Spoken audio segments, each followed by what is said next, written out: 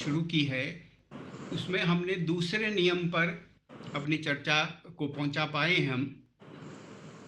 दूसरे नियम में परमपिता परमात्मा के लिए जो विशेषण उपयोग में लाए गए हैं, उनकी महिमा तो हम जब भी इस सत्र की बात करते हैं उसमें गाते ही हैं कि इतने बढ़िया विशेषणों का समूह एक ही जगह एक ही वाक्य में हमें मिल गया कि जैसे हमने हिंदी में संध्या करने के लिए, ध्यान करने के लिए सामग्री जुटाने का एक साझा सरल तरीका पा लिया हो, ऐसा हमें लगता है।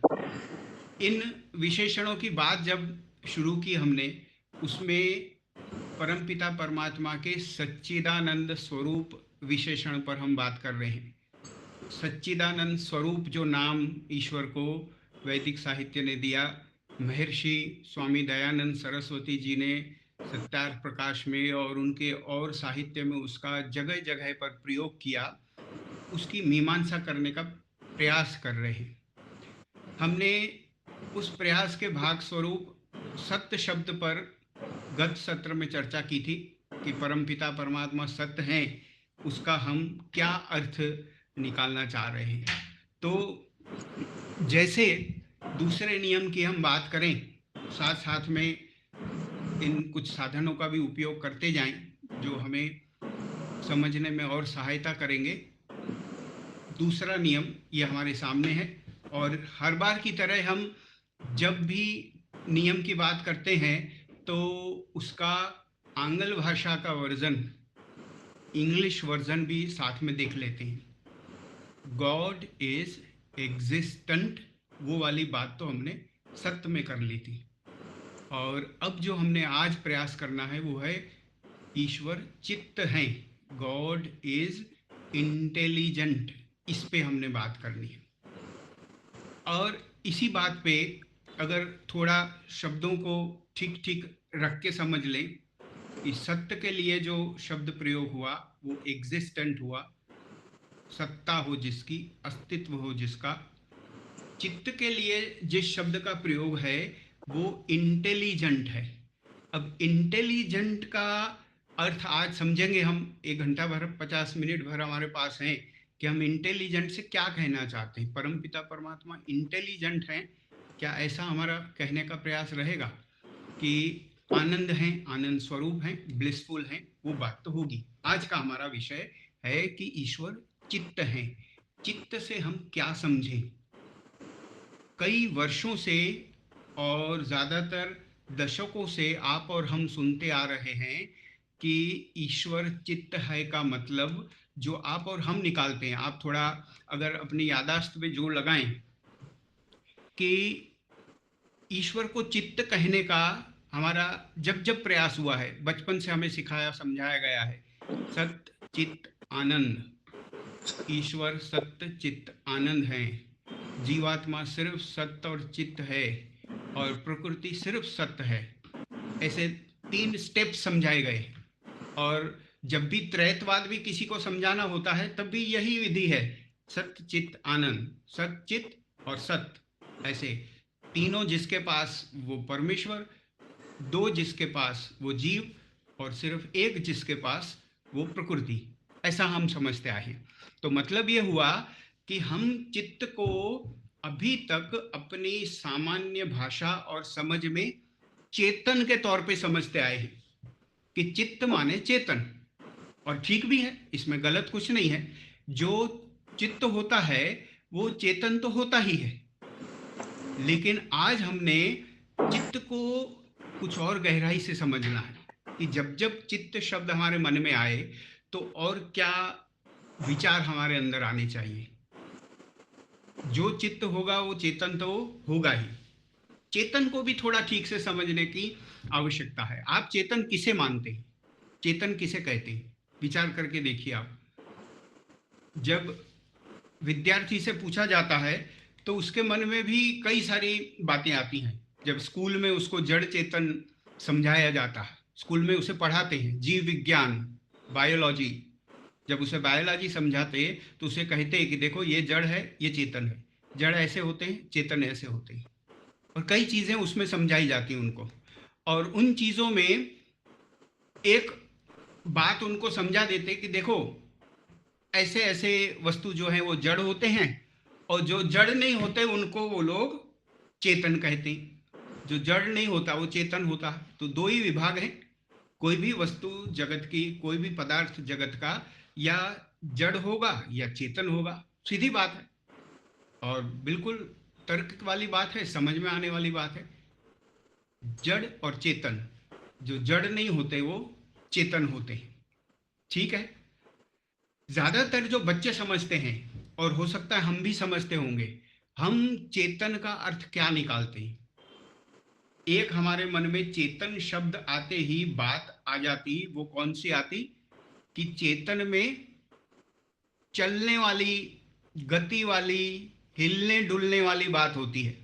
चेतन जो होता है वो हिलता डुलता। वो नहीं, बच्चे पूछते आपसे कि छिपकली की पूंछ कटने कटने के बाद भी हिलती डुलती है, तो फिर चेतन क्या है, उसकी पूंछ है कि उसका शरीर है। कितनी बार ये प्रश्न आया होगा। क्योंकि हिलने डुलने का जो गुण धर्म है, चलित होने का, वो सबसे ऊंचा रखते हैं हम हमारे मन में जब भी किसी चेतन वस्तु की बात करते हैं। तो चेतन माने हिलता डुलता हो। ठीक है। हमने प्रश्न चिन्ह लगाया इसके पीछे, क्योंकि हमने जिस चेतनता की बात समझनी है, तो हिलने डुलने वाली बात को देख के ही किसी वस्तु को चेतन कह दिया जाए तो दोबारा सोचना पड़ेगा।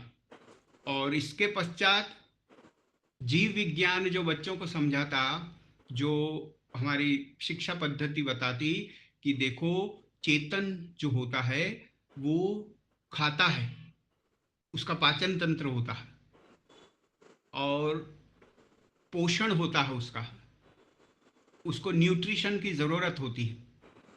और इस व्याख्या में वो वनस्पति को भी ले आते हैं कि वनस्पति को भी पोषण चाहिए।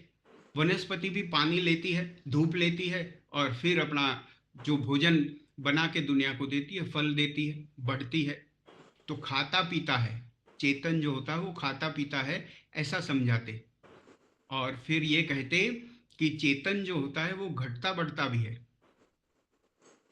छोटा होता, फिर बड़ा हो जाता, कभी कट के घट जाता, या किसी कारण से छोटा हो जाता। सही बात है, चेतन के विषय में तो यही पढ़ा है। और फिर चेतन में प्रजनन होता,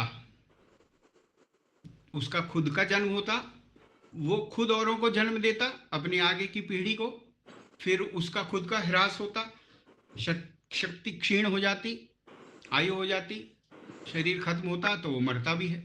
तो उसे भी वो चेतन कहते, जन्मता मरता हो। और फिर साथ साथ में जीव विज्ञान ने जो जड़ चेतन की ये व्याख्या करी, उसके अनुसार उन्होंने मनुष्यों को, पशुओं को, पक्षियों को, पेड़ पौधों को चेतन में रखा है।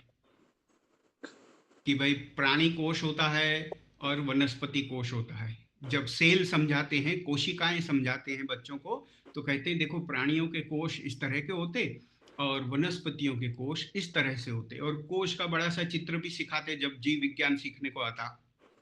अब इसमें कहीं भी आप यहां तक देखो कि चेतनता की जो लोकप्रिय व्याख्या या समझ की हम बात कर रहे हैं, उसमें अभी तक कहीं भी दार्शनिक दृष्टि नहीं आई है। दर्शन की दृष्टि, आध्यात्मिक दृष्टि की अभी तक हम कहीं भी बात नहीं कर रहे।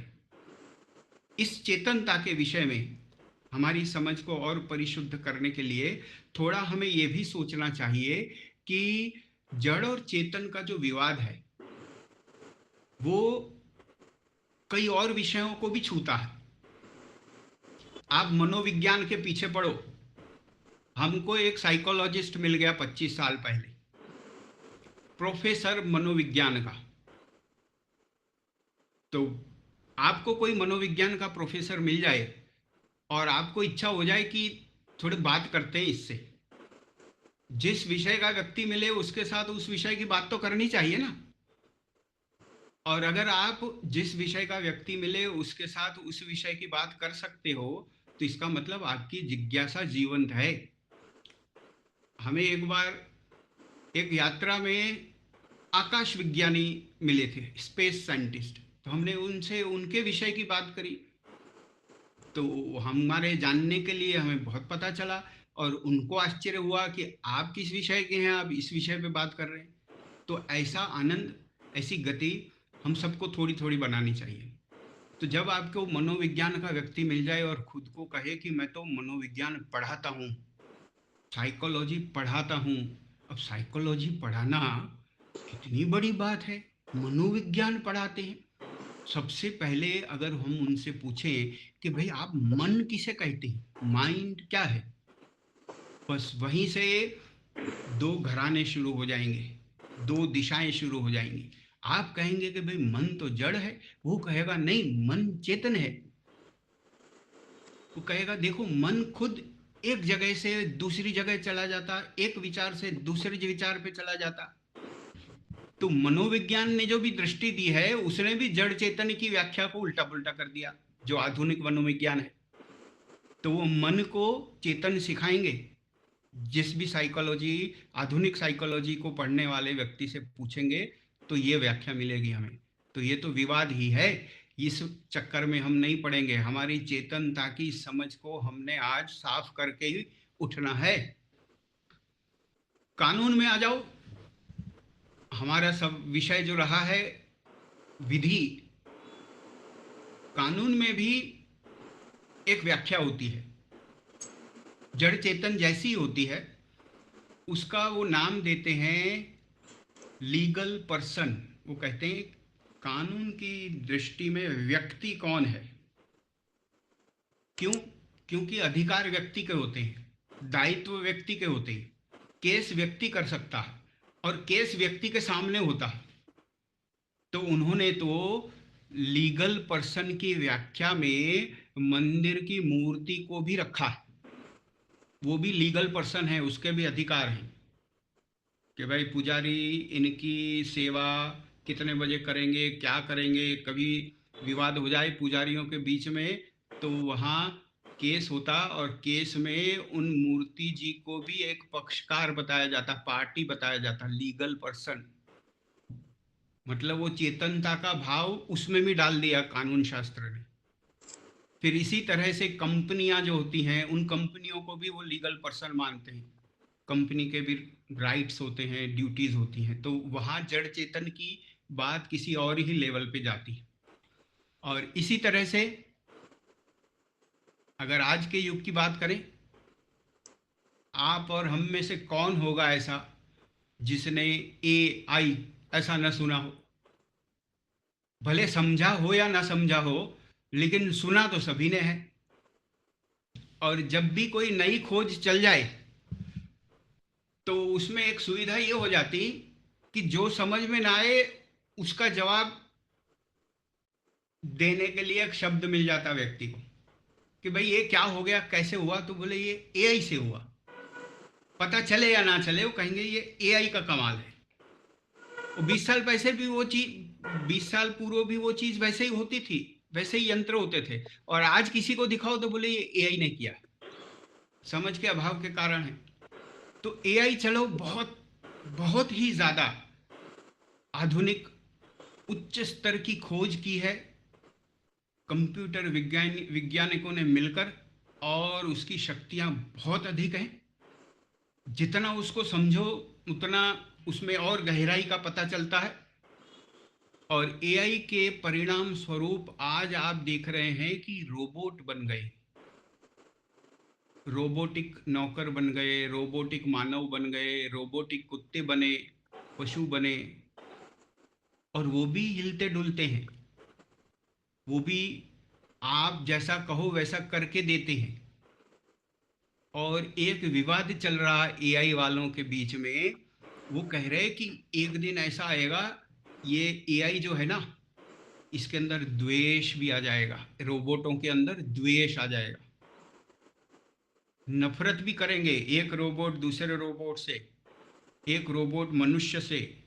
ऐसी चर्चा चल रही। फिल्मों में तो बता ही दिया उन्होंने, 2-3 फिल्म बन गई रोबोट वाली, उसमें आपने देखा कि एक रोबोट इतना विकसित हुआ कि वो बुरा व्यक्ति बन गया, विलेन बन गया, और उसने बहुतों को नुकसान किया। और एक कोई रोबोट अच्छा वाला हुआ तो उसने अच्छा काम किया। तो बहस तो ये चल रही कि एआई और मनुष्य के बीच में कुछ समय में फर्क करना इतना मुश्किल हो जाएगा कि आप कहोगे कि जो सब काम ये मनुष्य कर रहा, वो सब काम रोबोट भी कर रहा, तो किसकी सोच और आगे है, किसका मानसिक स्तर और ऊंचा है, ये तय कर पाना मुश्किल हो जाएगा। तो जड़ चेतन की बात तो एआई और कंप्यूटर फील्ड में भी बड़े रुचि से लोग लिखते पढ़ते हैं।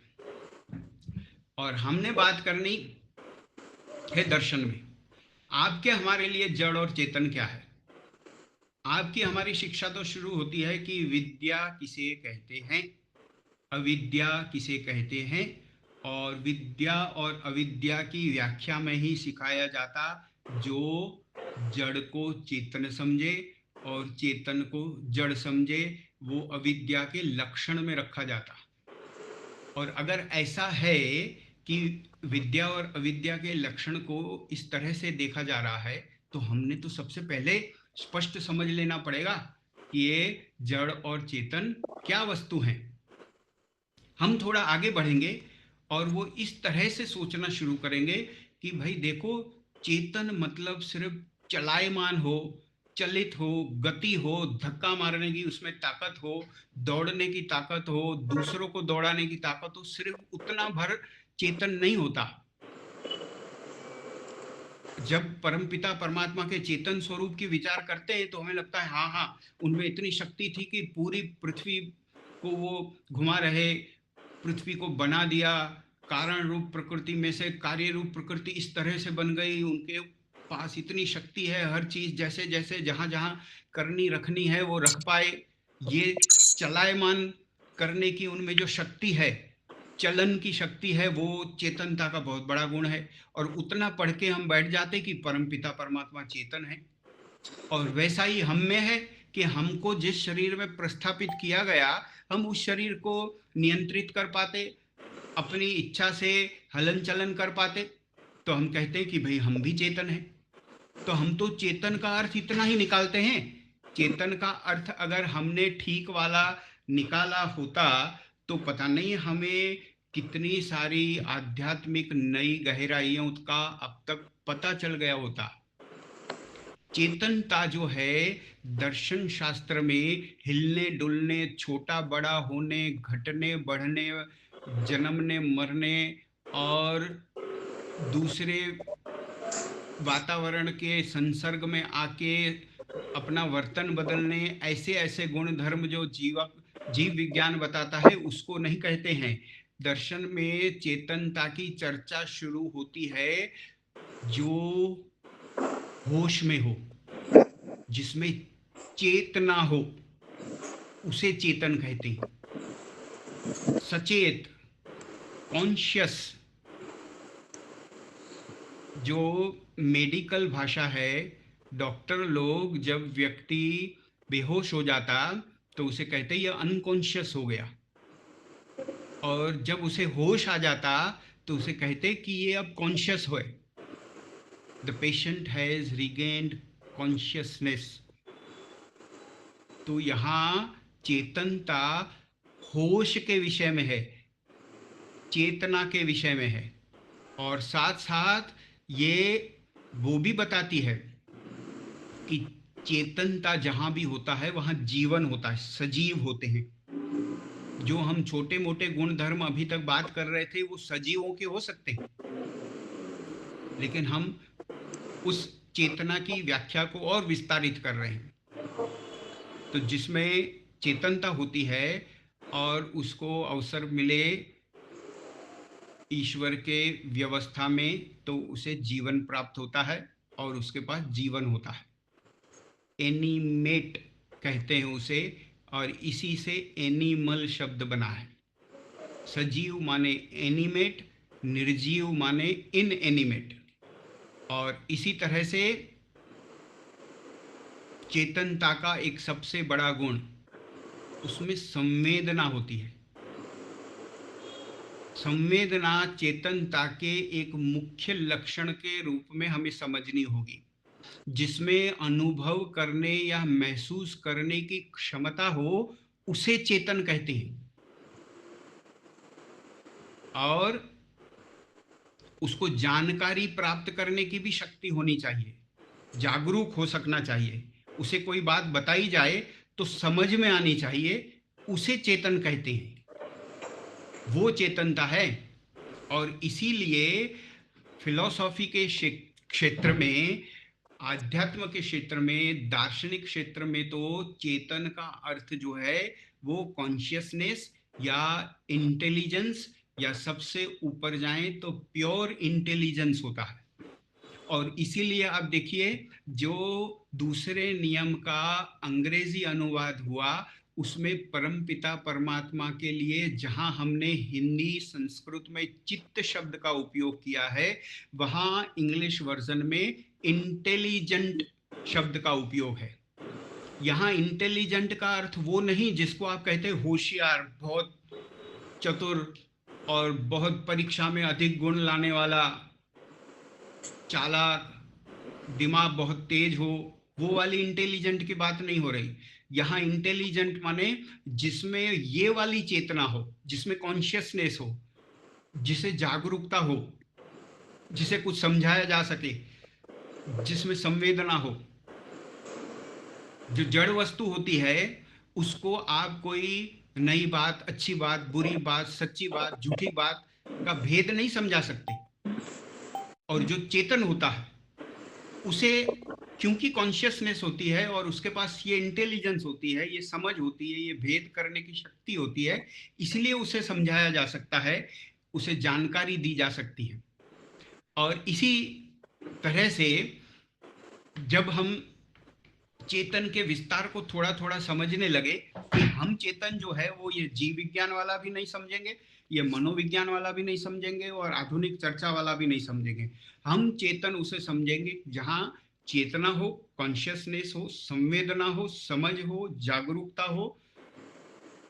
उस पदार्थ को, उस वस्तु को हम चेतन मानेंगे। पदार्थों में तो हम त्रैतवाद को मान चुके हैं। परमपिता परमात्मा, उनके लिए चित्त होने की हम चर्चा कर रहे हैं, मतलब वो तो चेतन है ही। और आप और हम जीव, उनको भी हम चेतन मानते हैं, हम चेतन हैं ही। और चेतन होने से ही हम ये वार्तालाप कर पा रहे हैं, अपना जीवन जी पा रहे हैं। हम में भी संवेदना है, हम में भी समझ है, हमें भी बात समझ में आती है, कोई हमें बताए तो हमें पता चलता है। ये गुण जीवात्मा में है। तो किसी ने महर्षि स्वामी दयानंद सरस्वती जी से एक प्रश्न पूछा, जो प्रश्न उत्तरी स्वरूप में ज्ञान देने का काम महर्षि स्वामी दयानंद सरस्वती जी ने सत्यार्थ प्रकाश में किया है। प्रश्न लिखा फिर उत्तर बताया, प्रश्न लिखा फिर उत्तर बताया। उसमें इतनी गहरी गहरी बातें छुपी हुई मिलती हैं कि एक प्रश्न किसी ने उनसे पूछा। प्रश्न था कि जीव और ईश्वर का स्वरूप, गुण, कर्म और स्वभाव कैसा है। हर बार जब भी हम बात करेंगे कि ईश्वर सत्य है, तो जीवात्मा भी सत्य है, लेकिन थोड़ा भेद भी समझना होगा। ईश्वर सत्य है, मैं भी सत्य हूं, तो हमने गत सत्र में चर्चा की है कि उनके सत्य होने और मेरे सत्य होने में क्या भेद है। दोनों सत्य तो हैं। इसी तरह से ईश्वर चित्त हैं और मैं भी चित्त हूं, मैं भी चेतन हूं, तो मेरी चेतनता और ईश्वर की चेतनता में भी भेद होगा। तो किसी ने प्रश्न पूछा, जीव और ईश्वर का स्वरूप, गुण, कर्म और स्वभाव कैसा है। और ऋषि जी का उत्तर क्या है, दोनों चेतन स्वरूप हैं। दोनों चेतन स्वरूप हैं। स्वभाव दोनों का पवित्र, अविनाशी और धार्मिकता आदि है। ऋषि जी की भाषा पढ़ रहे हैं। परंतु परमेश्वर के सृष्टि की उत्पत्ति, स्थिति, प्रलय, सबको नियम में रखना, जीवों को पाप पुण्यों का फल देना आदि धर्मयुक्त कर्म हैं। और जीव के संतानोत्पत्ति, उनका पालन, शिल्प विद्या आदि अच्छे बुरे कर्म हैं। ईश्वर के नित्य ज्ञान, आनंद, अनंत बल आदि गुण हैं। और जीव के फिर आगे उन्होंने न्याय दर्शन और वैशेषिक दर्शन के कुछ सूत्र देकर कुछ और चर्चा को आगे बढ़ाया है। हम जब इस हिस्से को सत्यार्थ प्रकाश से ढूंढकर यहाँ रखने का हमारा जो प्रयोजन है वो ये है कि चेतनता के विषय में ऋषि के शब्द हैं जो दोनों चेतन स्वरूप हैं। ईश्वर भी चेतन है और आप और हम भी चेतन हैं। तो क्या ये कहने का अर्थ कहीं हम ये तो निकालने नहीं जा रहे कि वो जितने चेतन हैं हम भी उतने चेतन हैं, वैसे चेतन हैं? तो ऋषि जी ने जब इस बात को आगे समझाया है, सीधे सीधे सत्यार्थ प्रकाश से ही हमें मदद मिल रही है। सत्यार्थ प्रकाश में प्रथम सम्मुल्लास में जहां पर सत्य की व्याख्या ऋषि जी ने की थी कि अस भुवि धातु से सत्य शब्द सिद्ध होता है, उसी पैराग्राफ के ठीक नीचे वहां बताया गया है कि चित्ती संज्ञानेन, इस धातु से चित्त शब्द सिद्ध होता है। चित्ती संज्ञानेन। और आगे कहा यस चेतति चेतयति संज्ञापयति सर्वान सज्जनान। सज्जनान, ये सज्जन की बात हो रही है। सर्वान सज्जनान योगी नस्त चित्त परम ब्रह्म। और अर्थ बता रहे जो चेतन स्वरूप, माने चेतन तो वो है ही, परम पिता परमात्मा की बात हो रही है, उनके चित्त गुण को व्याख्यायित करने की बात हो रही है।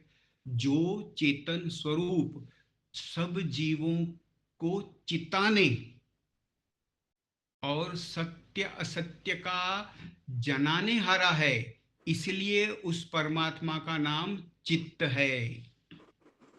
माने चित्त होना चेतन होने से और आगे समझाया कि वो चेतन तो है ही, हम भी चेतन हैं, वो भी चेतन है, लेकिन वो कैसे चेतन है? जो चेतन स्वरूप उनके इस सूत्र को, इस अर्थ समझाने का जो हमें शब्द समूह मिला है उसको हम और समझने का प्रयास करते हैं।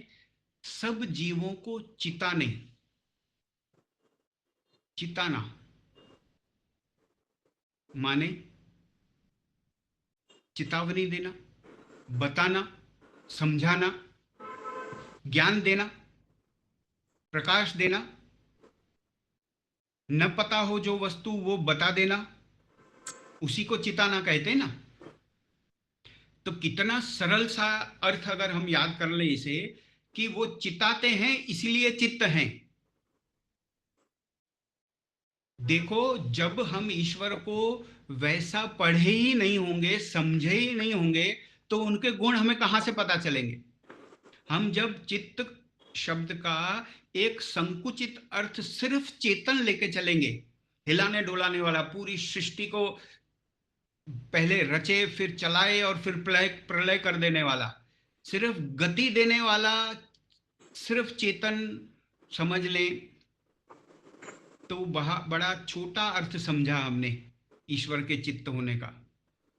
ईश्वर के चित्त होने का जब ये सत्यार्थ प्रकाश का अर्थ हम समझे कि चित्ती संज्ञानेन, इस धातु से चित्त शब्द सिद्ध होता है, और अर्थ बताया कि सब जीवों को चिताने, और दूसरा काम, दो काम हम याद रखेंगे आज के दो स्तंभ चर्चा के, सब जीवों को चिताने और सत्य असत्य का जनाने हारा है।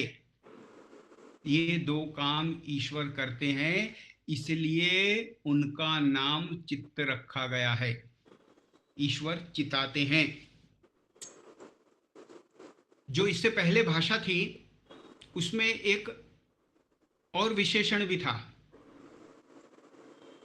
जिसको ऋषि जी ने थोड़ा ठीक ठाक करके लिख दिया है। वैसे विशेषण क्या था, हम वापस चले समझने के लिए, तो वहां लिखा है सर्वान सज्जनान, सभी सज्जनों को चिताते हैं वो, सज्जनों और योगियों को चिताते हैं, जो सुने उसे सुनाते हैं।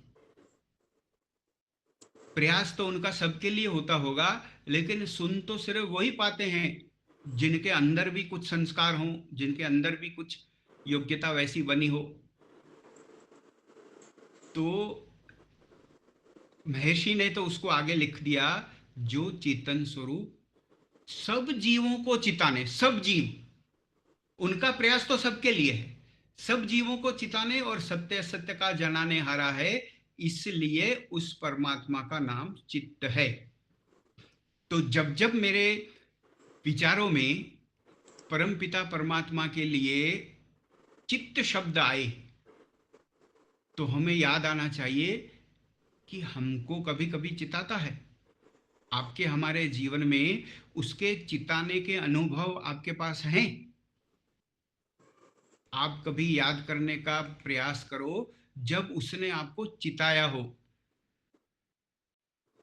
आत्मनिरीक्षण तो करना पड़ेगा, और आत्मनिरीक्षण में ही पता चलेगा कि आज चिताने आए थे कि नहीं, आज उन्होंने हमें चिताया था कि नहीं। कभी जाने अनजाने एक बात मुंह से झूठी निकल गई तो तुरंत अंदर तन्न बजा था कि नहीं, मन रुका था कि नहीं, अरे ये ना बोलता तो ठीक था, अरे आज झूठ बोल दिया ये मैंने। कहीं भाषा का गलत प्रयोग हो गया और मन में ऐसा आए कि ये तो अवॉइडेबल था, ये न बोला भी जा सकता था, इसके बोले बगैर भी काम हो सकता था, मैं रोक पाता खुद को।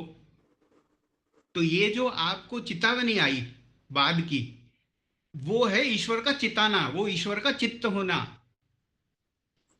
और जब हम उनको चित्त का मतलब सिर्फ दौड़ने और दौड़ाने वाला चेतन समझेंगे, तो ये बात हमें हृदयंगम करने में सहायता नहीं मिलेगी कि वो चित्त हैं, हमें चिताते हैं। आपके हमारे जीवन में परम पिता परमात्मा ने जितना भी ज्ञान दिया, धर्म धर्म का, नैतिकता अनैतिकता का, सत्य असत्य का, वो पूरा ज्ञान उन्होंने हमें चिताने के लिए ही दिया है कि संभलना, खुद की हत्या मत करना, कुकर्म करना, असत्य बोलना, झूठ बोलना, कुटिलता करना, धोखेबाजी करना, जितने भी निषिद्ध कर्म ईश्वर ने कहे वो सब करना, वो खुद को खत्म करने जैसा है। जीवात्मा का हनन करना है, वो जीवात्मा का अपमान करने के बराबर है। खुद का अपमान किया आपने, आपको सच बोलने को भेजा था और झूठ बोल रहे हो, मन में कुछ है, वाणी में कुछ ला रहे हो, दुनिया को बेवकूफ बना रहे हो, हर बात पे कुटिलता, हर बात पे कुटिलता, पूरा जीवन कुटिल कुटिल होके पूरा कर दिया, और कहते हो कि भाई मैं तो भगवान का बंदा हूं। उसने आपको चिताया तो होगा, आप स्वीकार करो कि ना करो। झूठ बोलने वाला व्यक्ति आपको आके कहेगा नहीं कि भाई देखो आज मुझे बड़ी ग्लानि हुई थी झूठ बोलने के बाद। और ज्यादातर व्यक्ति ग्लानि निष्णात होते हैं, इतनी बार उनको ग्लानि हो गई कि अब उसको खा पी गए हैं, अब उनको फील नहीं होता। उल्टा काम करते, गलत काम करते, उसके बाद वो दरवाजा ही बंद कर दिया उन्होंने, म्यूट कर दिया, रिंगर ही बंद कर दिया ईश्वर जी का। वो तो चिताने का प्रयास करते रहते होंगे, अब उन्होंने कहा कि ये बात हमको नहीं सुननी। इसीलिए तो इतने बेईमान दिखते हैं। अगर ईश्वर जी सबको चिताते हैं और सब चित जाते, सबको चितावनी मिल जाती, तो सब धर्मात्मा होते, न सत्संग करना पड़ता और ना किसी को कहना पड़ता भाई गलत काम मत करो। तो सब जीवों को चिताने का काम परम पिता परमात्मा जो करते हैं, उसके विषय में आप अपने जो भी ध्यान का काम आपका होता हो बैठने का, उसमें जरूर आप विचार करना कि कितना चिताया उन्होंने हमें। और कई बार परम पिता परमात्मा हमें जीवन में ऐसे धार्मिक व्यक्ति दे देते हैं, धर्म का आचरण करने वाले माता पिता दे देते हैं, परिवार में ऐसे सभ्य दे देते हैं जो चिताने का काम करते रहते हैं। तो अगर मेरी माता जी, मैं झूठ बोलूं और मुझे डांटती है, रुष्ट हो जाती, नाराज हो जाती, अप्रसन्न हो जाती, तो इसका मतलब वो परमपिता परमात्मा की कृपा है हम पे कि ऐसा चिताने वाला जीवंत ईश्वर का काम करने वाला जीव हमारे जीवन में दिया है। हमारे कुछ बहुत पुण्य कर्म होंगे कि हमें धार्मिक माता पिता और धार्मिक व्यक्ति परिवार के सदस्यों के तौर पे मिले, जो चिताने का काम करें हमें कि देखो ये जो कर रहे हो गलत है। हमें नाराज करने की शक्ति होनी चाहिए उनमें, हमें खुश करने के लिए हमारी हर बात को स्वीकार नहीं करने चाहिए। वो एक सभा कहीं प्रवचन में ऐसा कह दिया कि परमपिता परमात्मा, मैं ऐसे कार्य करूं कि आने वाला जन्म हर क्षेत्र में, हर विषय में, हर पहलू से मेरा अच्छा हो। तो उन पहलुओं में एक पहलू यह भी आता है कि मेरा परिवार अब से अच्छा हो, अभी जैसा मिला उससे अच्छा मिले, माता पिता जैसे अभी मिले और उससे अच्छे मिले, समाज जैसा मिला और उससे अच्छा मिले। अगर समाज ऐसा मिला कि कोई न गुरुकुल की शिक्षा चलती है, न धार्मिक शिक्षा चलती है, न वैदिक शिक्षा चलती है, तो ऐसा ना मिले मुझे। कोई ऐसी जगह मिले जहां ये परंपरा हो कि हर घर का बच्चा गुरुकुल में ही पढ़ता हो, उसे धर्म शिक्षा दी जाती हो, सत्य असत्य का बोध कराया जाता हो, और चिताने वाले लोग इतने सक्षम हों कि उनकी नजर भर से, उनको सामने देखने भर से मैं किसी भी गलत काम करने से डर जाऊं, रुक जाऊं। ऐसा मेरे पास परिवार होना चाहिए। तो उस प्रवचन में एक बात ऐसी आई कि अगर माँ ऐसी मिली जो झूठ बोलना सिखाती है तो नहीं चाहिए, ले ले भगवान। ले ले भगवान का ये मतलब नहीं है कि मर जाए, लेकिन इसका मतलब ये है कि फिर से नहीं देना, फिर से ऐसी नहीं देना जो झूठ बोलना सिखाए। और ये नैतिकता के बड़े वृत्तांत, बड़ी कथाएं तो आपने भी सुनी हैं। जब डाकुओं को पकड़ा गया, कई बहुत अच्छे अच्छे स्टोरीज भी बनी हुई है कि किसी डाकू को पकड़ा गया और जब राजा उनको सजा देने लगा तो राजा को डाकू ने कहा कि देखो, इसमें से आधी सजा मेरी माँ को दो, ये चोरी करने को बोलती थी मुझे। ऐसी तो बड़ी बड़ी कथाएं हैं। तो वो यही सिखाती हैं कि जन्म देना माने सिर्फ बायोलॉजिकल जन्म देना नहीं है कि शरीर दे दिया, खाना पीना खिला दिया, बड़ा बड़ा कर दिया। जन्म देने का अर्थ यह है कि मनुष्य भी तो बनाए, पशु का जन्म दे दिया, दो पांव वाले, सत्य बोलना सिखाए, धार्मिक आचरण करना सिखाए, ईश्वर में विश्वास दिलाए, श्रद्धालु बनाए, धार्मिक बनाए। तो उसे कहते हैं कि मनुष्य का जन्म दिया, उसे कहते हैं कि चिताने का काम किया। तो जैसे परमपिता परमात्मा हमें और आपको चिताते हैं, तो ईश्वर के चिताने के गुण को कुछ हमें भी औरों के लिए निभाना चाहिए। जब हम कहते हैं ना परम पिता परमात्मा के गुणों को याद करने से क्या लाभ होगा, तो बताया जाता है कि आप उनके गुण धारण करोगे। तो उनके इस चित्त गुण को हम ऐसे धारण कर सकते हैं कि मेरे नजदीक का व्यक्ति जिस पर मेरा कुछ भी प्रभाव है, उसके गलत काम पे मेरी प्रसन्नता उसे नहीं मिलनी चाहिए। अगर उसने गलत काम किया है तो मेरी अप्रसन्नता और मेरा विरोध जितना भी वहां यथा योग्य हो वो उसे प्राप्त होना चाहिए। अगर कुछ नहीं चलती हमारी, सिर्फ बोल ही सकते हैं तो बोल भी देंगे, भाई ये हम ठीक नहीं मानते जो आपने किया है, ये नहीं, गलत है। तो चिताने का काम थोड़ा बहुत जीवन में आपको भी करते रहना पड़ेगा। जब एक व्यापारी वैसे खुद को वैदिक विचारों का, धार्मिक विचारों का, आर्य विचारों को कहने लगे और उसका धंधा बढ़ता जाए बढ़ता जाए बढ़ता जाए और इतना बड़ा कि एक दिन उसे एक नया व्यापार मिला और उस व्यापार में उसे एक बड़े सस्ते में जमीन मिल रही थी जहां तंबाकू की खेती होती थी। तो उसको खेती खुद तो करनी नहीं है, वो जमीन खरीद ले, लोग करते रहेंगे, कमाते रहेंगे। तो नफाखोरी इतनी चढ़ गई मन में कि बोले ये व्यापार ही तो है, धंधे में सब चलता है, चलो ले लो। तो उसके जो भी स्वजन हों, उसके कुछ बड़े हों जिनको वो मानता हो, गुरु हों, वो उसको कह दें कि देखो ये काम गलत कर रहे हो, ये ठीक नहीं कर रहे। हो सकता है वो नाराज हो जाए। अगर ऐसा उन बड़ों ने किया तो उसका मतलब कहते हैं कि उसने चिताया, सब जीवों को चिताने और सत्य असत्य का जनाने हारा है।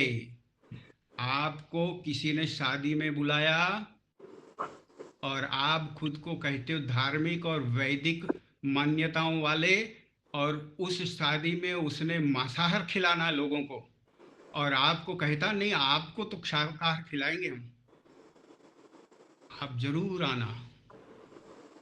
तो आप अगर कुछ नहीं कह पाते, उसको मना नहीं कर पाते, तो कम से कम जाना नहीं है और प्रचार करना है कि ये राक्षसी भोज है, ये मनुष्य का भोज नहीं।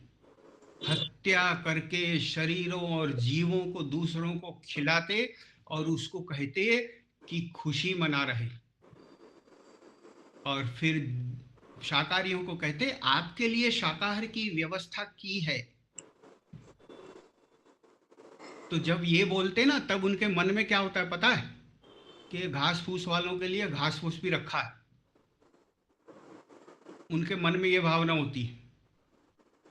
तो वहां भी चिताने का काम करना, विरोध करना, नहीं हम नहीं शामिल होंगे इस जनसंहार में, इस कत्लेआम में, इसका हम भाग नहीं बनने वाले। तो कितना सुंदर संदेश महर्षि की भाषा ने हमको दिया। परम पिता परमात्मा चित्त हैं, उनको चित्त इसलिए कहा कि वो चिताने का काम करते हैं, हमें सचेत करते हैं, चेतावनी देते हैं, सत्य सत्य का बोध कराते हैं, और इसलिए उनका नाम चित्त रखा है। पाप और पुण्य की व्याख्या में तो आपने बचपन से सुना होगा, जो भी व्यक्ति आर्य परिवार से होगा उसने एक बार नहीं कई बार सुन रखा होगा कि महर्षि क्या कहते हैं। पाप की व्याख्या करते समय वो क्या बताते, उन्हीं की भाषा पढ़ लेते, सीधे सीधा उनके शब्दों को जीने का प्रयास करें, सुनने का प्रयास करें, खुद को सुना के। महर्षि कहते, और जब आत्मा मन और मन इंद्रियों को किसी विषय में लगाता अथवा चोरी आदि बुरी व परोपकार आदि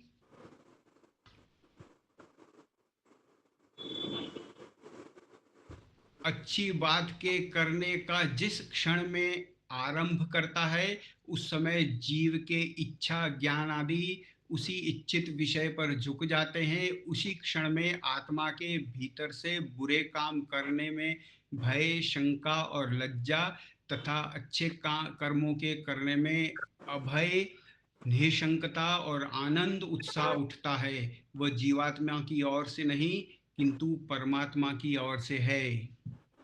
यह भी तो व्याख्या है, यह भी तो चिताने की बात है। ऋषि जी ने तो कई चर्चाओं में नास्तिक को आस्तिकता का प्रमाण देने के लिए कहा कि भय शंका लज्जा होती है ना, यही प्रमाण है कि ईश्वर है।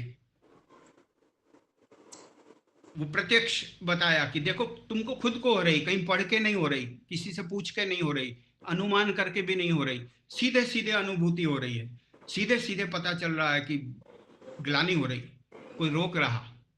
तो ये जो भय शंका लज्जा होती, ये भय शंका लज्जा ईश्वर कराते, और यह लज्जा शंका और भय जो पैदा होता हमारे अंदर, उसी को उन्होंने प्रमाण बना के बताया कि देखो ईश्वर हैं। और ईश्वर जी के चिताने के गुण का एक काम यह भी हमको पता चलता कि ईश्वर को अगर हम चित्त माने, चेतन होने के साथ साथ सत्य असत्य का बोध कराने वाला भी माने, तो कभी भी हम जब भी उसे सच्चिदानंद कह के पुकारेंगे तो हमें पता चलेगा कि सच झूठ बता देंगे वो। इनके सामने ठीक ठीक रहना, हमें गुणी रहना है, अधर्म में नहीं फंसना, पापाचरण नहीं करना, असत्य आचरण नहीं करना। तो इस तरह से महर्षि जी की इस भाषा ने हमें इस बात की भी प्रेरणा दी है कि देखिए, चित्त हमने ईश्वर को इस कारण से भी कहा है। तो जैसे हम हर चर्चा के बाद एक टेस्ट वो रखते हैं कि जब भी हम परमपिता परमात्मा की किसी गुण की बात करें और हमें लगे कि यह बात हमारे साथ भी लागू होती है, तो चित्त हम भी हैं, लेकिन कैसे चित्त हैं, कितने चित्त हैं, कितनी चेतनता है कि वो जो सत्य सत्य का बोध कराते वो बोध हमें होता, वो बोध हम ले पाते, वैसे चित्त हैं हम। और उनका चिताने का गुण हम आगे अपना के दूसरों को चिताएं, वो भी क्षमता हम में है, वो भी हम कर सकते हैं। बाकी हमारी जो समझ है, हमारी जो जानकारी है, हमारा जो होश है, हमारी जो संवेदना है, वो उन पर इतनी निर्भर है कि यह आत्मदा बलदा, वो हमारे आत्मज्ञान के देने हारे हैं। हम हैं, हमारी हस्ती है, इसका भी बोध हमें ईश्वर की कृपा से ही होता है। तो यह उनके चित्त होने और हमारे चित्त होने में इस तरह का भेद भी हमें समझना चाहिए। तो हम ऐसा निवेदन करते हैं कि ऋषि ने जो व्याख्याओं का, साहित्य का खजाना हमें अपने ग्रंथों में दिया है, उन ग्रंथों को ढूंढ ढूंढ कर, व्याख्याओं को निकाल निकाल कर हम पढ़ें और अपने विचारों को और परिष्कृत करते करते आगे वैसी मान्यताएं बनाकर खुद भी उन पर चलें और औरों को भी उन मान्यताओं पर चलाने की प्रेरणा देने का प्रयास करें। तो आज हमने ईश्वर चित्त है इस विषय पर इस बात को आपके समक्ष रखा है। हम आगे की चर्चा जब दूसरा अवसर आए तो परमात्मा के सच्चिदानंद शब्द के शब्द समूह के तीसरे शब्द आनंद को समझने का प्रयास करेंगे। तो इसी के साथ मैं अपनी वाणी को विराम देता हूं। आप सबका धन्यवाद। ओम शांति। बहुत बहुत धन्यवाद। काफी आपका बहुत मेहनत बहुत की है, धन्यवाद। बहुत सुंदर विवेचना की आपने, बहुत ही सुंदर। काफी मेहनत से पूरा इकट्ठा किया है। धन्यवाद। मैंने आपको कहा ना कि आपसे अधिक लाभ हमें होता है। बहुत बढ़िया। स्वाध्याय का भी और तैयारी करने का, अपने चिंतन में और नए कोनों, नए गहराइयों में जाने का। बहुत बहुत धन्यवाद। बहुत अच्छा। तो धन्यवाद धन्यवाद। गुरुवार को भी आपकी अनुकूलता रहेगी ना? हाँ जी, हाँ, गुरुवार गुरुवार को मिल सकते हैं। तो जी गुरुवार को आपका रखते ही प्रवचन बिल्कुल यह जी चालू रहेगा जी गुरुवार को। जी, जरूर। बहुत हमें बहुत बिल्कुल धन्यवाद। पकड़ के रखता है आपका प्रवचन, जी जी। बिल्कुल पकड़ के रखता है। अच्छा, हाँ हाँ, ओके इसके ओके, आगे बढ़िया अभी है, क्या है, अच्छा है। इसके आगे अभी क्या है, वो मतलब सुनने के लिए तत्पर रहते हैं। बहुत अच्छे, यह बहुत अच्छे। संध्या में बहुत उपयोगी है। जी, संध्या में बहुत उपयोगी है, बिल्कुल उपयोगी है, बहुत ही ज्यादा। आप कहीं संध्या कराने बैठे तो इन विचारों का उपयोग करके और बहुत नए नए आयाम आपको मिल सकते हैं। जी सुरेंद्र जी हाथ उठाया है। सुरेंद्र भाई, आप बोलना चाहते हैं? सुरेंद्र जी। जी जी, नमस्ते जी। आप सभी को मेरा नमस्ते। मैं नमस्ते। ये जानना चाह रहा था कि जो चिता होती है ना, चिता एक होता है जब अग्नि दी जाती है मृतक शरीर को, पार्थिव शरीर, तो उसको चिता भी बोलते हैं। तो चिता, वहां पर चिता से क्या आशय है? नहीं, वो तो अब भाषा की बात है। वहाँ चिता का अर्थ यह तो नहीं है जो चिताने वाला है, वो तो एक मतलब अर्थी है, अर्थी को अग्नि के सम्मुख करना है, अग्नि को सौंपना है, तो उसका भाषा में ये शब्द है। आपको ये भी बात, अच्छा हुआ आपने ये पूछा कि संस्कृत भाषा के पास इतनी समृद्धि है और उस समृद्धि होने के कारण समस्याएं भी हो जाती कई बार कि जिस चित्त शब्द को हमने परमपिता परमात्मा के लिए अभी समझा, वही चित्त शब्द अंतःकरण में भी मन बुद्धि चित्त अहंकार में आता है, वो चित्त अलग है। तो वहां चित्त का अर्थ ये चित्त नहीं है जो हमने ईश्वर के लिए समझा है, वो तो चित्त स्मृति के साथ और कार्यों के साथ संबंध रखने वाला है। उन सब जो पदार्थ हैं उनकी भी कभी चर्चा विषय आते करेंगे, समझने का एक विद्यार्थी के तौर पे प्रयास करेंगे, तब वो भी बातें हमें समझ में आएंगी। अग्निदह दिया जाता है इसलिए उसको चिता बोलते हैं। अग्नि में उसको दिया जाता है इसलिए चिता बोलते हैं कि चिता में गया अग्नि में उनको वो बात तो समझ में आ गई, लेकिन जो चित्त से चिता जो शब्द लग गया उस पे, वो उसकी बात हो रही है। तो दाह संस्कार बोलते हैं वैसे तो। ऐसे ही परमपिता परमात्मा के लिए ऐसे शब्द का भी उपयोग हुआ कि वो चिताते हैं, इसलिए वो चित्ती हैं। पुरुष लिंग और स्त्री लिंग दोनों में परमपिता परमात्मा के नाम हैं, तो ऋषि जी के शब्द मिलते हैं कि वो देव भी हैं और देवी भी हैं। तो जब चिताने के अर्थ में उनके लिए बोला जाता तो चित्ती कहा जाता उन्हें, कि ईश्वर चित्ती हैं, चिताते हैं। तो इस तरह के भी शब्द हमें वहाँ भाषा में मिलते हैं। बाकी आपका जो भाषा का प्रश्न है, इसके और व्युत्पत्ति के लिए कि चिता अर्थ को दाह संस्कार के साथ कैसे जोड़ा गया है, इसको और संशोधन करके फिर इस पर करेंगे बात। आचार्य जी नमस्कार। नमस्कार आचार्य जी। मतलब चित्त हाँ जी, चित्त का मतलब चिताना, मतलब जगाना एक तरह से। परमात्मा जगा रहे हैं ना? जी जगा रहे हैं, सचेत कर रहे हैं, जागरूक कर रहे हैं। हाँ जी जी जी। अलर्ट वाला जो है, अलार्म करना। जी जी, भटकने से बचाने के लिए। जी बहुत अच्छा आपका लगाइए ना सुनना हमें। आज मैं फर्स्ट टाइम जुड़ी हूँ, लेकिन बहुत बहुत अच्छा लगा। मैं रेगुलर जुड़ती रहूंगी। जी धन्यवाद। और मेरी बहू भी सुन रही है आपकी वाणी को। अच्छा पहली बार सुना है, आर्य समाज से पहली बार ही जुड़ी है। अच्छा। जी जी। हमें कई प्रतिभाव मिलते हैं कि कई आर्य समाजी परिवार के सदस्य जब इस वीडियो को चढ़ाया जाता हमारी चैनल पे, और दीपालिका जी चैनल पे चढ़ाती हैं उनके, तो वो अपने और सदस्यों में ये भेजती हैं जो आर्य समाजी ना भी हों, तो उनके प्रतिभाव भी मिलते हैं। वो भी आप YouTube let's go philosophical channel पर जाके उसके प्रतिभाव पढ़ेंगे नीचे, तो आपको पता चलेगा कि जो नॉन आर्य समाजी भी जब इन शुद्ध आध्यात्मिक बातों को सुनते हैं तो उनको पता चलता है कि वैदिक सनातन आध्यात्म जो है वो कितना विशाल है और कितना प्राचीन है और कितना लॉजिक है उसमें। धन्यवाद आपका बहुत। जी धन्यवाद। बहुत समय भी हो चुका है, तो आज आपने हमें चिता दिया शंकर जी। आज आपने हमें चिता दिया। बहुत अच्छा। तो हमने तो परमपिता परमात्मा के गुणों को अपनाना ही है और चिताना है, और चिताने में कई बार आपको, जैसे आप हमें प्रशंसा कर रहे हो, धन्यवाद कर रहे हो, हर बार आपको चिताने में धन्यवाद नहीं मिलेगा। कई जगहों पर जब आप चिताएंगे तो आपको सामने विरोध मिलेगा और अप्रसन्नता मिलेगी, दुश्मनियां मिलेगी। सच बोलने वाले व्यक्ति से कोई प्रेम नहीं करता। तो लेकिन फिर भी चिताने का काम करते रहे। हम तो ऐसे ही हैं, बहुत बढ़िया, हम चिताते रहेंगे, ऐसा होना चाहिए।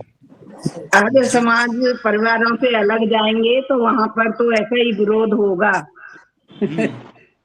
ये सिर्फ आर्य समाजी परिवार में प्रेम से अच्छी भाषा से हमें अपनी बात कहनी है, सत्य का प्रचार करते रहना है। जी हाँ जी, शंकर जी शांति पाठ कराइए। शांति पाठ जी।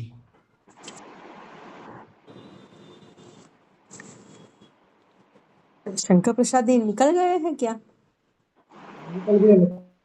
ओम द्यौ शांतिरंतरिक्षं शांति पृथ्वी शांतिराप शांतिरौषधयः शांतिः वनस्पतयः शांतिर्विश्वे देवा शांतिर्ब्रह्म शांतिः सर्वं शांति शांतिरेव शांतिः सामा शांति रेधि।